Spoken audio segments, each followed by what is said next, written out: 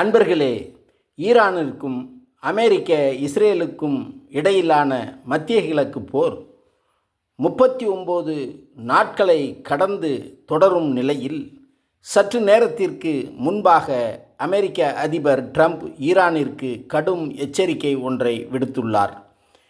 ஈரானுக்கான ட்ரம்பின் கெடு முடிவடைய சில மணி நேரங்களே உள்ளன. இந்த நிலையில் ட்ரம்ப் தனது எச்சரிக்கையில் இரவோடு இரவாக ஈரானின் வரலாறு அழிக்கப்படும், பண்பாடு சிதைக்கப்படும், ஈரான் நாடே உருத்தெரியாமல் ஆக்கப்படும் என கூறியுள்ளார். இந்நிலையில் ஈரான் வெளியுறவு மந்திரி அப்பாஸ் அராக்சியும் அமெரிக்காவிற்கு கடுமையான எச்சரிக்கை ஒன்றை விடுத்துள்ளார்.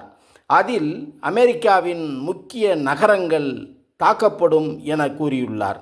இதனை கேட்டு உலகமே அதிர்ச்சியும் ஆச்சரியமும் அடைந்துள்ளது. நாங்கள் இதுவரை நியாயத்தையும் போர் விதிமுறைகளையும் கடைபிடித்து அறத்தோடு இந்த போரில் ஈடுபட்டு வருகிறோம்.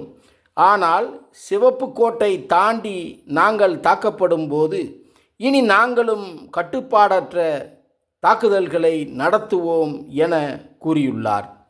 அமெரிக்கா அதிபயங்கர தாக்குதலுக்கு தயாராகி வருகிறது.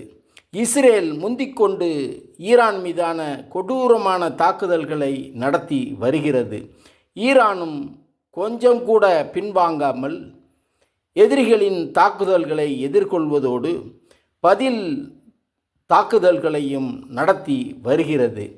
ஈரானில் பொது பயன்பாட்டிற்கு உரியதான பாலங்கள், ரயில் போக்குவரத்து, மின்சாரம், எண்ணெய் வணிக நிறுவனம் போன்ற இலக்குகளை குறிவைத்து கொடூர தாக்குதல்கள் நடக்க உள்ளதாக தெரிகிறது. இந்த போரில் ஈரானுக்கு ஆதரவாக வேறு நாடுகளும் களம் இறங்க வாய்ப்புள்ளதாக கூறப்படுகிறது. பார்க்கலாம், இன்று இரவு அமெரிக்காவும் இஸ்ரேலும் என்ன செய்ய போகிறது என்பதையும், பதிலுக்கு ஈரான் ஆதரவு போர்க்குழுக்களும் என்ன செய்ய போகிறது என்பதையும், போர் மேலும் தீவிரமடைய போகிறதா அல்லது யாரும் எதிர்பாரா விதத்தில் போர் நிறுத்தம் வரப்போகிறதா என்பதற்கான விடை காண காத்திருப்போம் இன்னும் சில மணித்துளிகள். நன்றி. மீண்டும் ஒரு பதிவில் சந்திப்போம்.